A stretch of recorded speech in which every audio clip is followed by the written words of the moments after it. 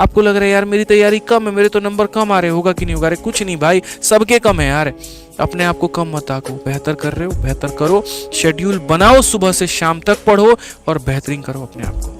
Mock test में 60 number आते थे, जहां पर मैंने होप खो छोड़ दिया था कि यार मेरा सिलेक्शन भी होगा और वहां से मैं पेपर में 50 लेकर आ सकता हूं ना, तो हर कुछ हो सकता है।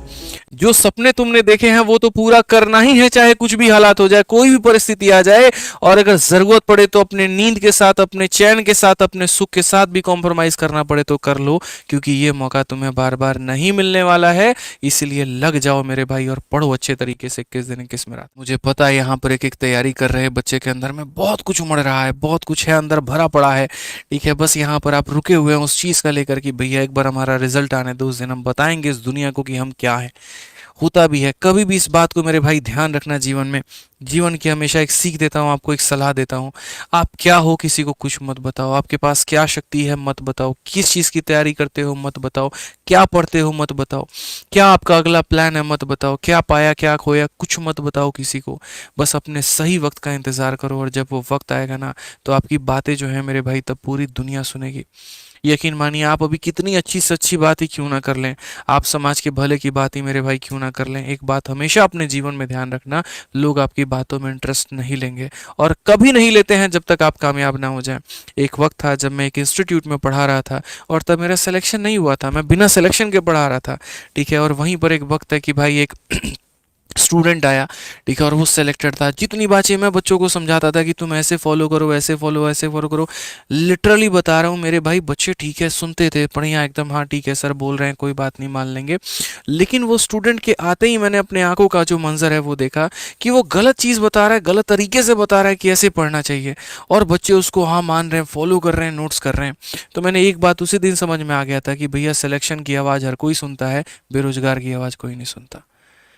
आप कितने बड़े टीचर हैं या क्या है फ़र्क नहीं पड़ता, अगर आप सेलेक्टेड नहीं है तो बच्चा आप पे विश्वास नहीं करता है। इस बात को मान लीजिए तो आज बेहतर है। उस दिन मुझे उस सिलेक्शन की अहमियत समझ में आई कि अगर 4 बच्चों के बीच में अगर ये कहानी है तो जिस दिन तो हम पूरे भारत में पढ़ाएंगे तो क्या कहानी होगी। वो छोड़िए, पढ़ाना तो बहुत दूर की बात है, अगर हम किसी को कोई सजेशन नहीं देना चाहें बिना अपने कामयाबी तो क्या कोई मेरी बात सुनेगा? नहीं सुनेगा मेरे भाई। तो जब आप सफल हो जाते हैं जीवन में, उसके बाद आप जो बोलो ना, लोगों को लगता है यही अमृत है, यही तो कामयाबी का रास्ता था, यही मान के तो ये कामयाब बने, इसका मतलब जो कह रहे हैं वो सही है। तो अभी आप कितनी भी लोगों की भलाई करोगे ना, कितना भी समाज का क्यों ना सेवा करने में निकल जाओ, लोगों की भलाई करने में निकल जाओ, दुनिया जो है मुंह पे एकदम ऐसे ऐसे हाँ ठीक है ठीक है ठीक है करेगी, सुनेगी एक भी नहीं। आपके निकलते ही बोलेगी अरे यार टाइम खराब करके चला गया, पका रहा था फालतू का। ठीक है। लोगों को मेरे भाई अपना समय मत दीजिए, जो आपके पास आपका कीमती समय है उनको समझाने में, उनको बताने में, उनको सही रास्ता दिखाने में, वो समय को अपने अंदर अपने आप के लिए यूटिलाइज करिए, अपने आप को बनाने में। अपने तरफ थोड़ा ये रास्ता घुमाओ, अपने आप को बनाओ, फिर उसके बाद जो भी बोलोगे ना पूरी दुनिया बहुत शानदार तरीके से सुन रही होगी। जो आग अपने अंदर लगी हुई है उसको दबा के रखो, सही समय का इंतजार करो, जब वो फटेगा तो एकदम ऐसा रोशनी देगा जो शायद कई सारे लोगों का जीवन में जो है वो अंधकार मिटा पाए। हमने अपने तैयारी को एकदम अपने अंदर जो सीने में आग जो जल रही थी एकदम दबा के रखा, घर की परिस्थिति सभी चीज़ों को एक तरफ रखा, हमने किसी को जवाब नहीं दिया। अपने गांव में अपने पटीदार को, अपने चाचा लोगों को, गांव में किसी को हमने कोई जवाब नहीं दिया। कोई हमारे पापा को कई बार बोल के चला गया, कई सारे ताने दे के चला गया, हमारे पापा हमको बहुत कुछ बोले, हमेशा एक बात सपोर्ट करते थे, ठीक है, कि चाहे हमको भूखा भी मरना पड़ जाए तुमको हम पढ़ाएंगे, इंस्पेक्टर बनाएंगे, ठीक है। इसीलिए जिस दिन मेरे भाई डीवी का रिजल्ट आया, जिस दिन मेरा डीवी होना था, डॉक्यूमेंट वेरिफिकेशन होना था, और जब वहाँ पे हमको पोस्ट भरना था ना, पापा से एक ही बात पूछे कि सफ़ेद वर्दी में देखना चाहते हो कि खाकी में। सीजीएल में सफ़ेद वर्दी प्रिवेंटिव ऑफिसर का होता है और खाकी जो होता है ना कस्टम्स में जीएसटी का होता है। उन्होंने कहा कि वर्दी तो दोनों बहुत बढ़िया है, यहाँ पे ये बताओ कि बाहर पहन के कौन सा घूम सकते हो। तो हमने कहा प्रिवेंटिव ऑफिसर वाली जो वर्दी है उसको तो सिर्फ एयरपोर्ट या सी पोर्ट पर ही पहनकर घुमा जा सकता है, लेकिन कस्टम्स की जो वर्दी है आप उसको नॉर्मली पब्लिक में भी घूम सकते हैं।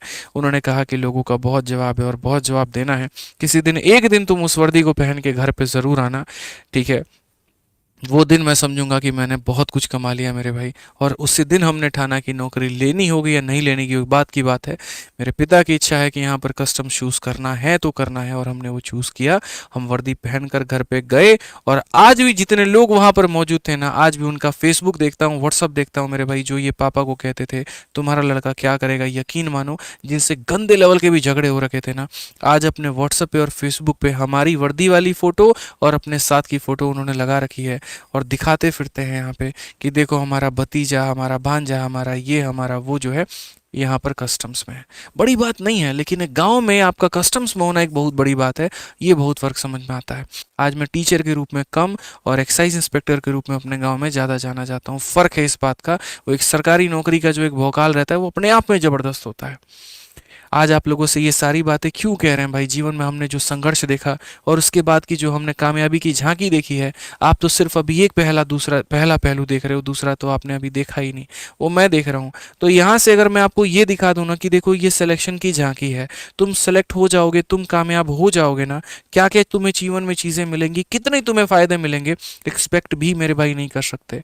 अगर वो मैंने अभी बता दिया ना, तो शायद आज जितनी मेहनत कर रहे हो उसकी दोगुनी, तीन गुनी, चार गुनी करना शुरू कर दोगे। इस बात को ध्यान रखना। तो अपने आप को कमज़ोर मत समझो। ये वक्त है, इसको भुनाओ अच्छे तरीके से। कोई ऐसी चीज़ नहीं है जो आप नहीं कर सकते हैं। यार जिस इंसान ने पिछले 6 महीने में यूट्यूब में 1 घंटे से ज़्यादा के लेक्चर नहीं लिए मेरे भाई, वो लगातार तरीके से 5 दिनों से 3-3 घंटे के लेक्चर ले रहा है पूरा दिन काम करने के बाद।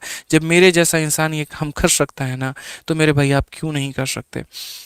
जब मेरे मॉक टेस्ट में 60 नंबर आते थे, जहां पर मैंने होप खो छोड़ दिया था कि यार मेरा सिलेक्शन भी होगा, और वहां से मैं पेपर में 50-50-50 लेकर आ सकता हूं ना, तो हर कुछ हो सकता है।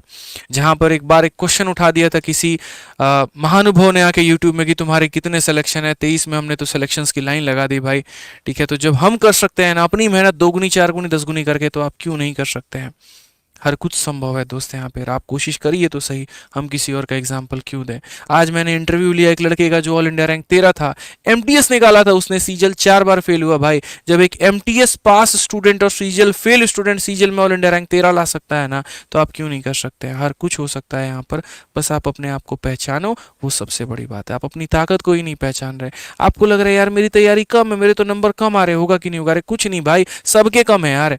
अपने आप को कम मत आको। बेहतर कर रहे हो, बेहतर करो। शेड्यूल बनाओ, सुबह से शाम तक पढ़ो और बेहतरीन करो अपने आप को। एक इंसान है, आपका भाई है, यहाँ पर आएगा, आपको पढ़ाएगा भी, आपको मोटिवेट भी करेगा मेरे भाई, आपके जीवन के हर पहलू पे आपके साथ रहेगा।